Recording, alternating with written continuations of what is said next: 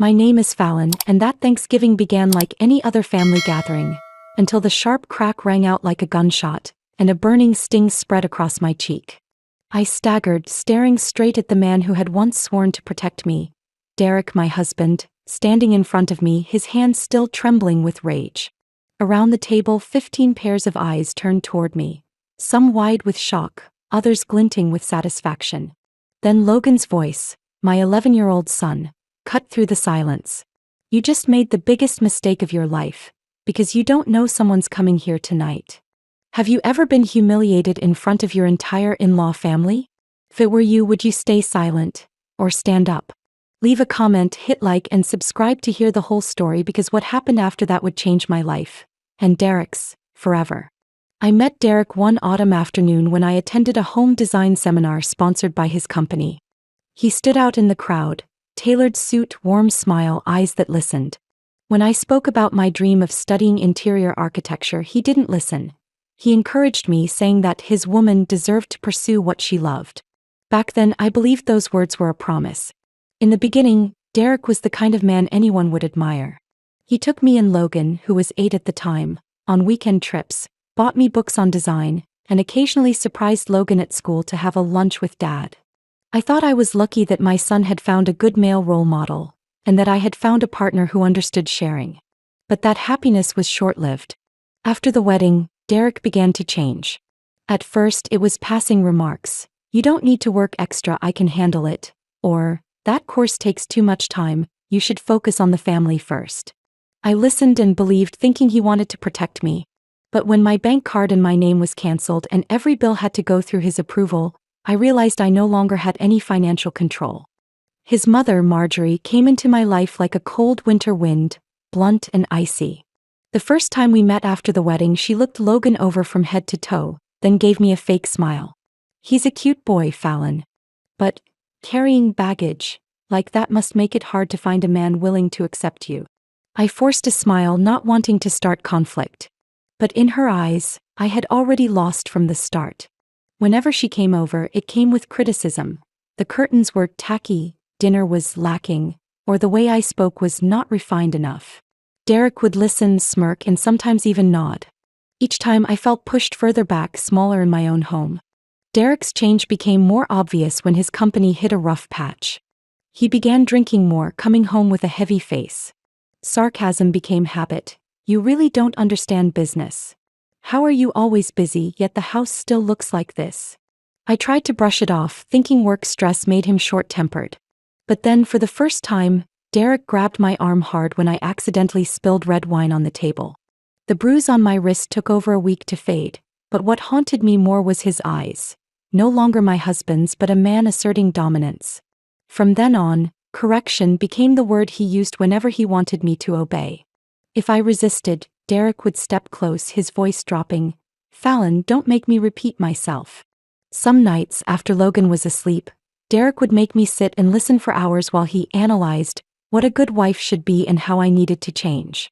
And whenever I tried to explain or defend myself, he would sigh, walk away, or worse, slam his hand on the table, making me flinch so hard I couldn't speak. Logan started to notice. He didn't ask directly, but his eyes said everything whenever he saw me avoiding Derek. Once, as I was washing dishes, Logan gently placed a hand on my back and whispered, "Mom, are you okay?" I smiled, but my throat tightened. I knew I was teaching my son how to endure in silence, something I never wanted. Things got worse when Derek began interfering in my relationship with my son. He often criticized Logan for being too sensitive or needing to toughen up. One night, when Logan came home late from basketball practice, Derek yelled at him and made me agree with him in front of my son. I did, but that night Logan lay facing the wall, not speaking to me at all. I started to feel trapped in a gilded cage, spacious house full of things but no room for my voice. The more Derek acted charming in front of others, the more I felt the lie pressing in. Friends drifted away because I declined invitations. Partly because Derek didn't like me going out, partly because I was ashamed to hide bruises or the exhaustion on my face. Then one day, as I was folding laundry in the bedroom, Derek walked in, shut the door, and said, "Fallon, I heard from Mom you're planning to re-enroll in that interior architecture course. Were you trying to go behind my back?" I kept my voice calm. I want to finish my dream, Derek. He sneered, stepping closer. Your dream will destroy this family. I won't let that happen. His hand gripped my shoulder hard. In that moment, I understood that every dream, every choice I had to be approved by him, and that approval would almost never come. I once believed that staying silent would protect Logan, but as I watched my son smile less and less, I began to wonder, who was this silence really protecting? Derek, his mother, or the image of a family I was desperately clinging to? A month before Thanksgiving, the house was so quiet I could hear every whisper of wind through the cracks in the door. I was carrying a basket of clean laundry upstairs when my foot caught on the slick edge of the step. The dizziness hit so fast I couldn't react. My body tumbled down the wooden stairs, the thud of bone echoing in my skull. Pain ripped through my left side, making my breath come in sharp bursts. When I opened my eyes, Derek was at the top of the stairs, hand on the railing, his expression not the shock I expected. He walked down slowly, picked up his phone, and called for an ambulance in a strangely calm voice. At the hospital, he told the doctor I had slipped because my sock caught on the step, adding, "She's clumsy. I've told her so many times to be careful." I bit my lip, saying nothing. The fracture in my 7th rib would take at least 6 weeks to heal. They gave me painkillers and told me to avoid heavy activity. Derek took the instruction sheet and tucked it into his pocket, as if everything was under his control. That night, I lay on the sofa trying to adjust my breathing to keep the pain from spreading to my stomach. Logan sat at the nearby desk, pretending to do homework, but I could feel his eyes flicking toward me. I smiled to reassure him, but my stomach tightened when I heard Derek upstairs. "Todd, you have to understand. Fallon is an obstacle. I want this done before we sign the Florida deal. We need to take care of it, cleanly." I heard Logan drop his pencil to the floor.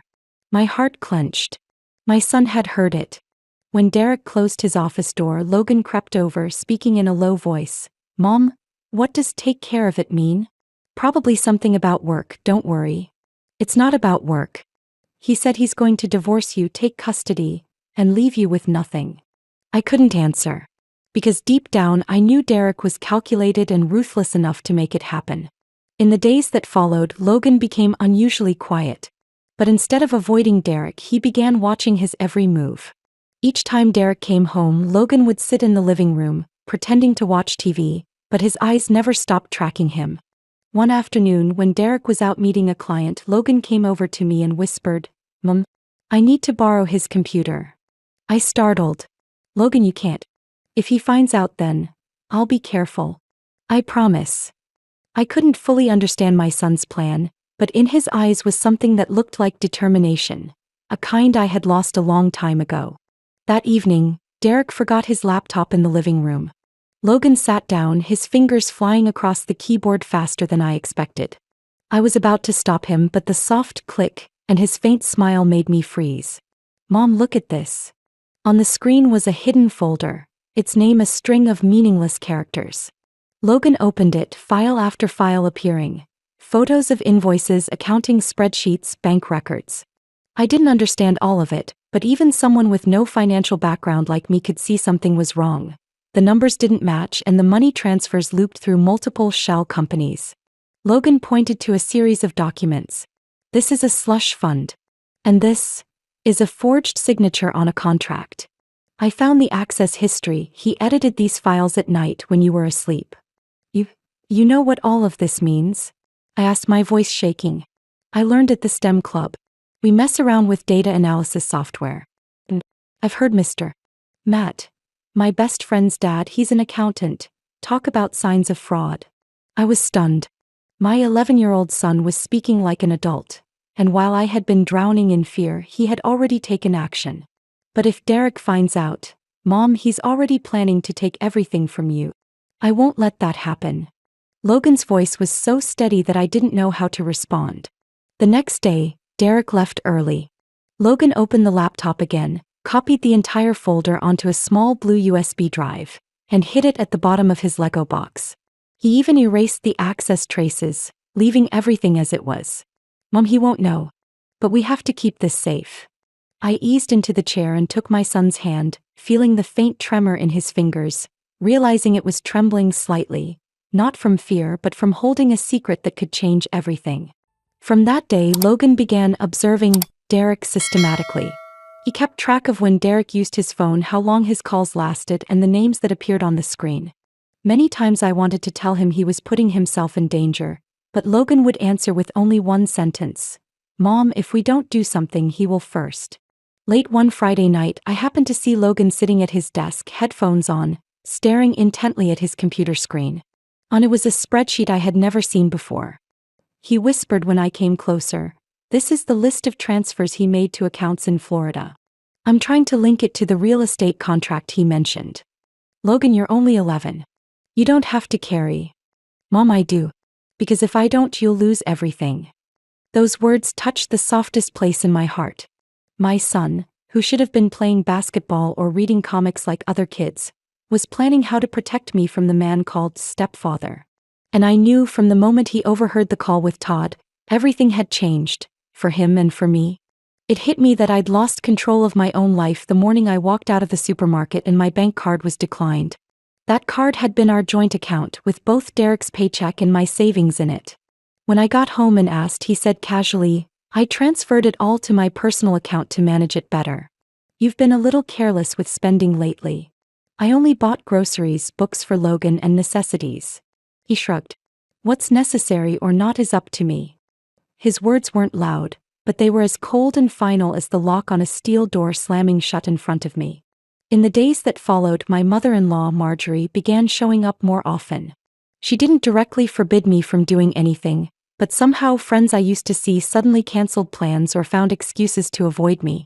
A close friend from my baking group confided over the phone, "Fallon, Derek's mom told people you didn't want to join because you were busy, and not really a good fit for the group."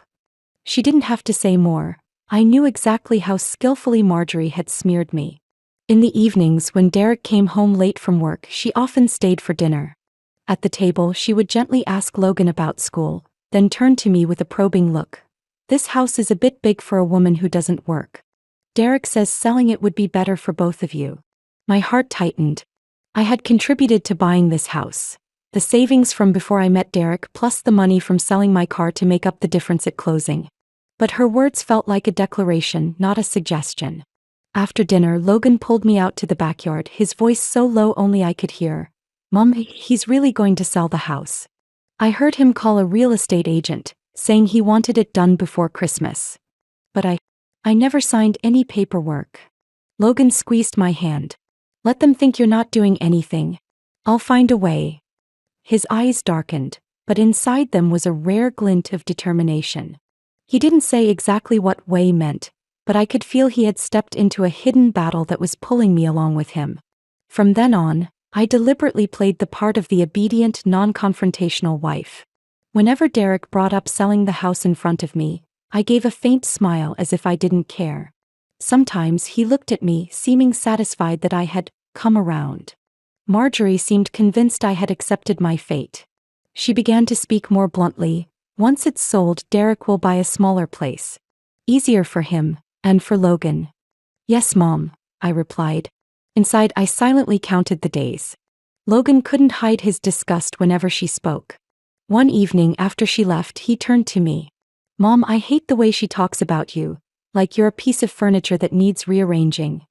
I patted his head and replied softly, "Sometimes to win, you have to let the opponent think you have no fight left."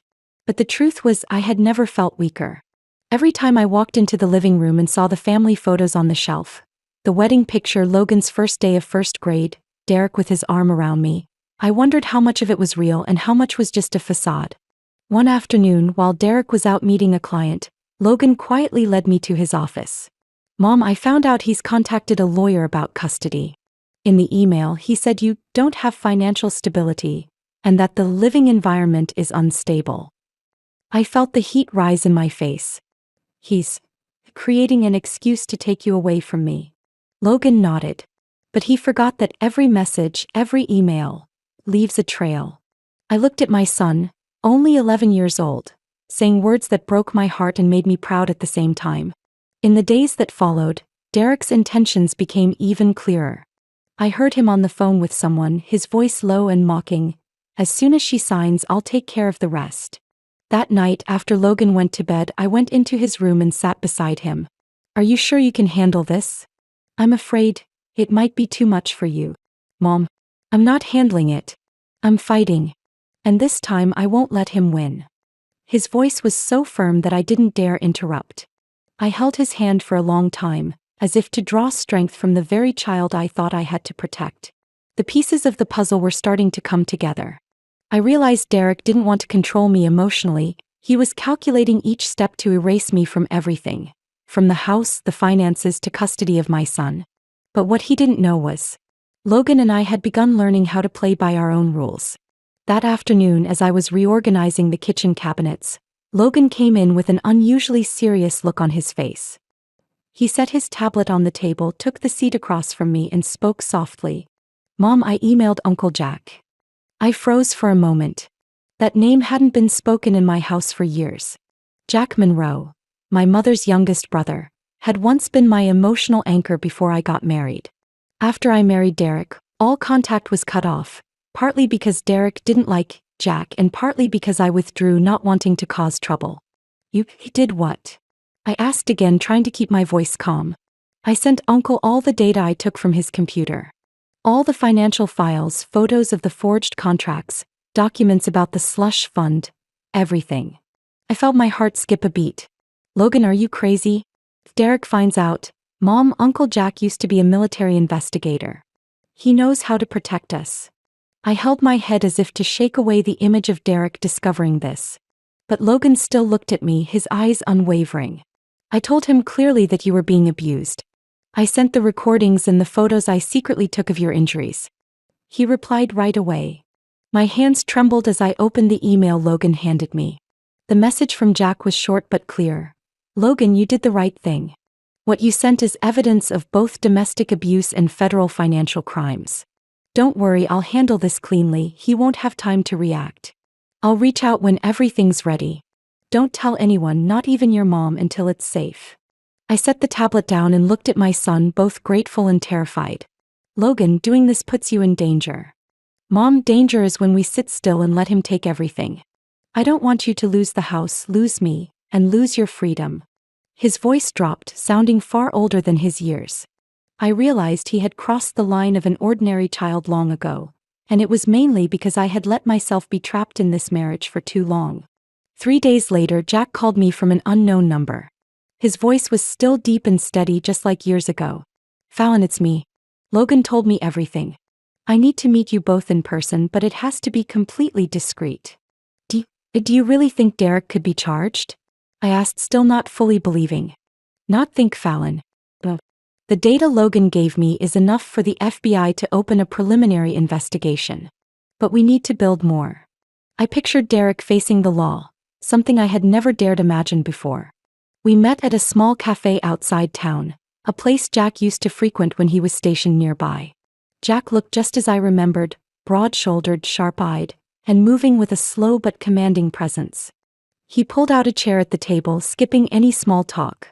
Logan is smarter and braver than most adults I've known. But this will require your cooperation.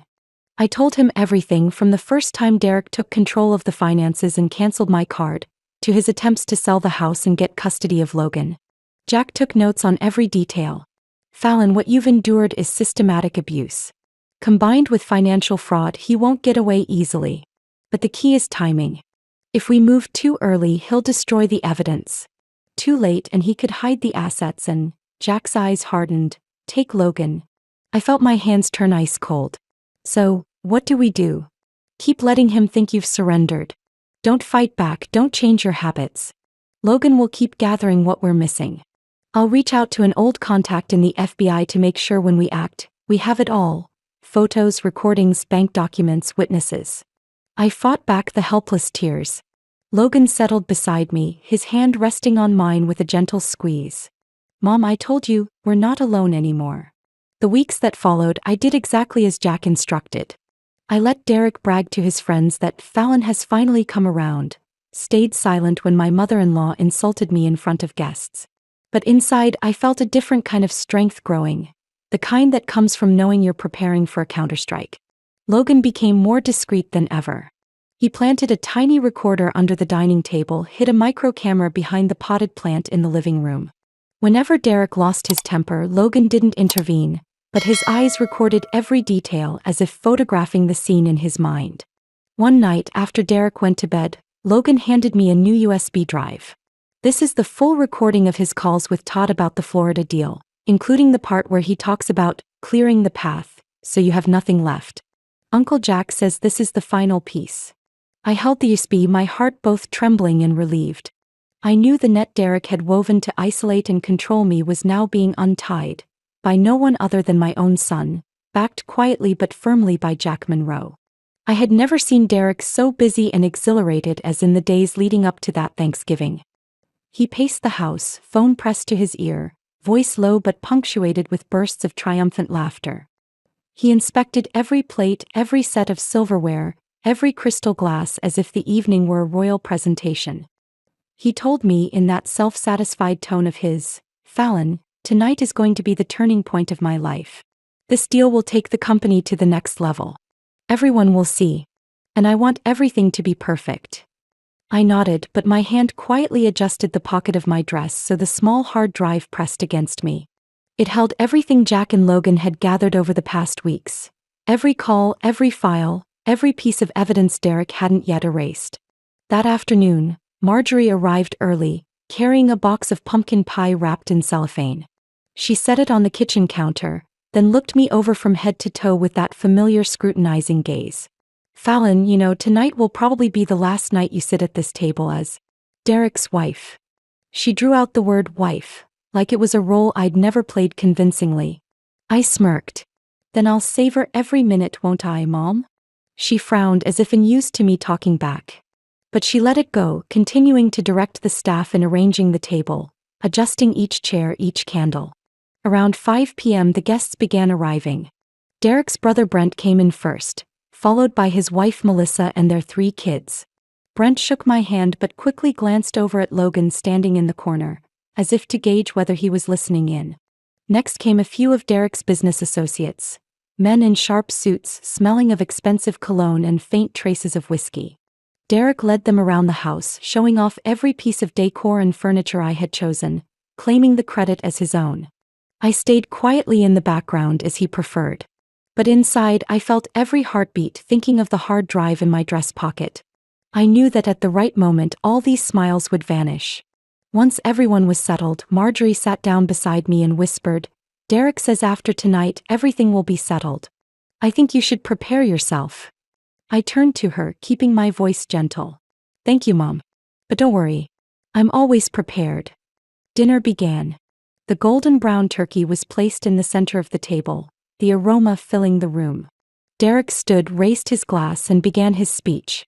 "This year has been an incredible one, and tonight I want to share this joy with family and those who've trusted me." Laughter and congratulations followed. I stayed silent, scanning every face. Logan was 2 seats away, but his eyes kept meeting mine as if asking, "Are you ready?" I gave a small nod, enough for him to understand. Marjorie began a story about Derek's sacrifices for the family. Brent chimed in, talking about how Derek carried everything when I, according to them, was too weak to manage. I didn't react. This time I didn't feel the old weight pressing on me. I knew every word they spoke would soon mean nothing. Then Derek set down his glass and continued, "And finally, I'm thrilled to announce that the Florida deal is ready to sign. This will be a new beginning, for all of us." Applause broke out. Marjorie turned to me, her smile one of triumph. I returned it with a calm look, as if everything was going exactly according to my plan. A server brought more wine and I took the opportunity to stand and pour for everyone. As I passed behind Derek, I felt the hard drive shift lightly against my hip. My hand brushed it for a moment, a reminder that the sharpest weapon tonight wasn't words, but the truth waiting to be exposed. Logan lifted his glass of orange juice and deliberately spilled a little onto the table. Derek frowned, but I recognized it as the signal. Jack had once told him, "When everyone's attention is on something small, that's your moment to give your mom the cue." I returned to my seat, a strange calm settling over me. Marjorie leaned in again. "You know, I've always thought Derek deserved a different kind of wife." I looked her straight in the eye. "You might get that soon." But not in the way you think. She frowned, about to speak again, but Derek was already on his feet, inviting everyone into the living room for the official announcement. The group moved excitedly, no one noticing the glance that passed between Logan and me. The look of two people who knew this night would not end the way Derek expected. The slap cracked through the room, slicing apart the false warmth like a knife. My cheek burned, the metallic tang rising in my mouth. In that instant, every laugh, every murmur vanished. All that remained were the eyes of more than a dozen people fixed on me, some wide with shock, others glimmering with a sick kind of satisfaction. Derek stood close, his hands still trembling from the force he had used, his eyes flashing with challenge. He tilted his head, speaking loudly enough for everyone to hear. "Never forget your place, Fallon." I hadn't even reacted when Logan shot up from his chair. The wooden legs scraped sharply across the floor, pulling everyone's attention toward my son. He rose to his full height, shoulders tight, his dark eyes lit with a cold resolve. "You shouldn't have done that. Especially when the person about to walk through that door is Uncle Jack." The few remaining smiles disappeared. Derek froze for a beat, his brow furrowing. "What did you say?" Brent took a sip of wine, forcing an awkward smile. "He's just kidding." But Logan didn't look away from Derek, his voice even clearer. "Not kidding." I saw Derek's hand clench into a fist, but there was a flicker of hesitation in his eyes. The name Jack Monroe wasn't unfamiliar to him. Though I had never told my husband the full story about my mother's youngest brother, he still knew Jack had served as a military investigator and had powerful connections. Marjorie leaned toward Derek, murmuring loud enough for me to hear. "He's a kid. Don't let him ruin the night." I touched my cheek, feeling the heat still radiating. I said nothing, only looked at Logan. He remained steady, his gaze moving from Derek's face to those around him as if gauging each reaction. "One of Derek's business partners, Mr. Willis frowned. "And this Uncle Jack, what's he like?" Logan tilted his head, calm. "He's the kind of man who doesn't like anyone hitting his niece. And he's very good at making sure they pay for it." Derek scoffed, trying to take back control. "Fallon, tell him to sit down." I still didn't speak. For the first time, I let my silence be my answer. Logan stepped forward, his voice steady and sure. "I think you should be worried about something else." Just then, a knock sounded at the door, a sound I knew all too well. Jack used to knock like that every time he came home on leave. Derek flinched, his eyes flicking to me, then to the door. The knock came again, louder this time. Derek walked toward it slowly, trying to look composed, but his hand on the doorknob trembled slightly. When the door opened, the doorway was filled with the broad frame of Jack Monroe. Thick coat, wide shoulders, eyes like steel. Behind Jack were two other men, both in plain clothes, but their stance and watchful eyes made it clear they weren't ordinary guests. I recognized one as a federal agent Jack had mentioned before. Derek opened his mouth, but Jack stepped inside, his voice low and firm. "We need to talk. Right now." The atmosphere in the room shifted completely. Some guests awkwardly rose from their seats, others stayed put, their eyes darting between Derek, Jack, and me. Marjorie tried to hold on to her role as hostess. "This is a family dinner. We're not entertaining strangers." Jack turned to her, his gaze calm but enough to silence her mid-sentence. "I'm not a stranger. I'm Fallon's uncle. And tonight I'm here to protect my family." Logan moved quickly to Jack's side, standing close to him as if it were the safest place in the world. Jack set a hand on his shoulder, then fixed his gaze back on Derek. "We'll talk, in front of everyone here." Derek narrowed his eyes, his voice sharp. "You have no right." "I have every right," Jack cut in, his tone still low but unyielding. "And tonight you're going to understand that." Logan set a black tablet in the middle of the table, the screen lighting up. Without any introduction, a video began to play. Derek in his office, hands braced on the desk, his voice low but each word clear. "She thinks she can get away? I'll make sure Fallon walks out of here with nothing. Once this is done, the Florida money goes straight into the private fund." Another man's voice, probably Todd, replied, "We'll have to launder it through at least 3 shell companies. Absolute safety." Then came my voice in the video, small and shaking. "Derek, don't do this." And Derek's voice, sharp as a blade. "Shut up." No one spoke when the recording ended. One of the two agents beside Jack opened a bag, pulled out a thick stack of documents and a paper stamped clearly with a court seal. He placed it in front of Derek. "This is a warrant to search the house and seize all electronic devices and financial records related to the transactions documented in the video. And this is an arrest warrant for you, Derek Whitmore, for domestic abuse, threats, and federal financial fraud." A murmur rippled through the room. Derek shot to his feet, his chair clattering backward. His face had gone pale, but his eyes kept darting around, looking for somewhere to cling. "Mom," he reached toward Marjorie, his voice desperate. "Mom, say something." But Marjorie didn't answer. She tilted her head slightly, her gaze sliding away from him as if she were looking at a stranger. "Brent, Melissa." Derek turned to his brother and sister-in-law. "You're not." Brent lifted his wineglass, took a long drink, then set it down. Melissa looked away, her lips pressed tight. Jack's voice cut through, louder than the fire crackling in the hearth. "Family doesn't abandon each other. But you were never family." Derek gave a strained laugh, trying to cling to whatever authority he had left. "And who do you think you are, too?" "I'm the man who protects my niece and my great-nephew." Jack stepped forward, his voice dropping lower. "And the last man you want to be up against right now." The two agents moved in, each taking one of Derek's arms. He jerked hard, struggling. "I'm not going anywhere." "Fallon, say something." "Tell them to let me go." For years I had pleaded, tried to explain, hoped Derek would change. But now words meant nothing. "Derek, you brought yourself here. I can't save someone who never wanted to stop." He opened his mouth to argue, but the look in Logan's eyes stopped him. My son positioned himself next to Jack, small shoulders squared, his voice calm. "I told you. You shouldn't have done that." That sentence was the final nail sealing the door between Derek and us. The first agent pulled out the cuffs, the cold metallic click loud as they locked around Derek's wrists. He still glanced around for a sympathetic face, but no one met his eyes. Even Marjorie, the one who had always shielded her son, was staring down at her own hands, avoiding his gaze. "You'll all regret this," Derek's voice trembled. Jack gave a signal, cutting him off. "Take him out." They escorted Derek toward the door. His figure faded, the heavy footsteps echoing down the hall, then the door shut. The room was suddenly so quiet I could hear my own heartbeat. One of Derek's business partners, Mr. Willis, set his wineglass down and looked at me. "Fallon, I didn't know." "I'm sorry." I gave a small nod. He didn't need to explain. The truth was in the open now, and everyone was quietly reassessing their place in the story. Logan came to my side, his warm hand resting on mine. I squeezed it gently, no words needed. In his eyes I saw relief, but also a reminder.